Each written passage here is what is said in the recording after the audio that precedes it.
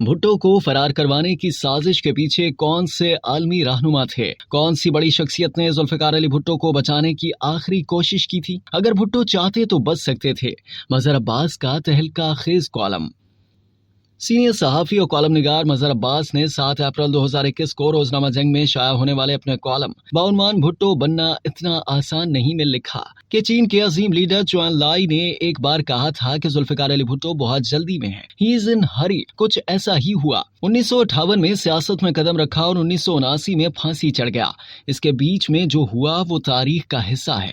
पेशे के लिहाज से भुट्टो वकील थे। नई प्रैक्टिस शुरू की तो उनके सीनियर ने कहा, एक जमानत का मुकदमा है, केस मुश्किल है, बस जाकर तारीख ले आओ। वापस लौटे तो उस्ताद ने पूछा क्या हुआ? जवाब दिया जमानत हो गई।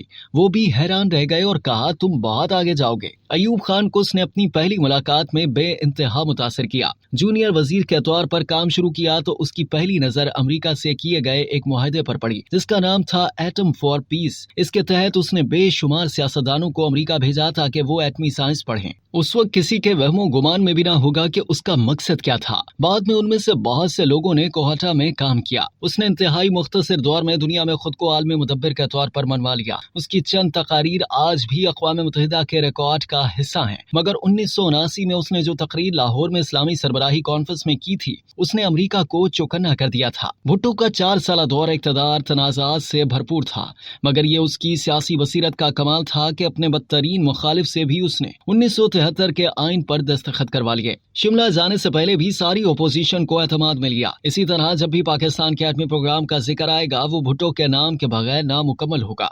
शायद यही वो बात थी जो इसे तख्ता-ए-दार तक ले गई। इसकी दूसरी जिंदगी का आगाज 4 अप्रैल 1979 के बाद शुरू होता है जब वो जिस्मानी तौर पर नहीं बल्कि सियासी तौर पर जनरल ज़ियाउल हक के आसाब पर सवार हो जाता है।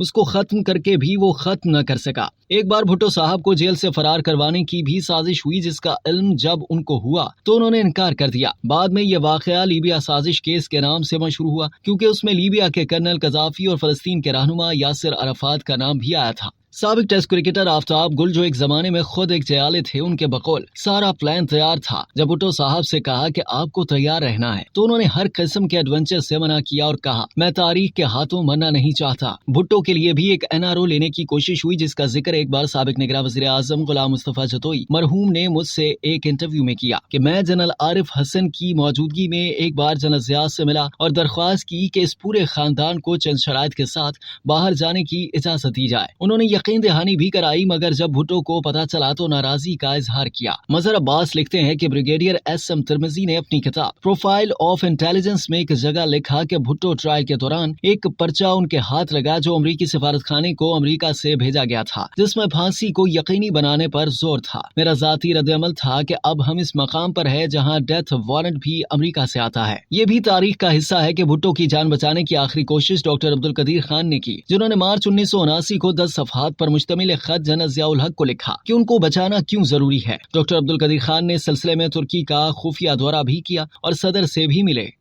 अब तक के लिए इतना ही। मजीद जानने के लिए सब्सक्राइब कीजिए डेली जंग YouTube चैनल और लाइक कीजिए डेली जंग Facebook पेज।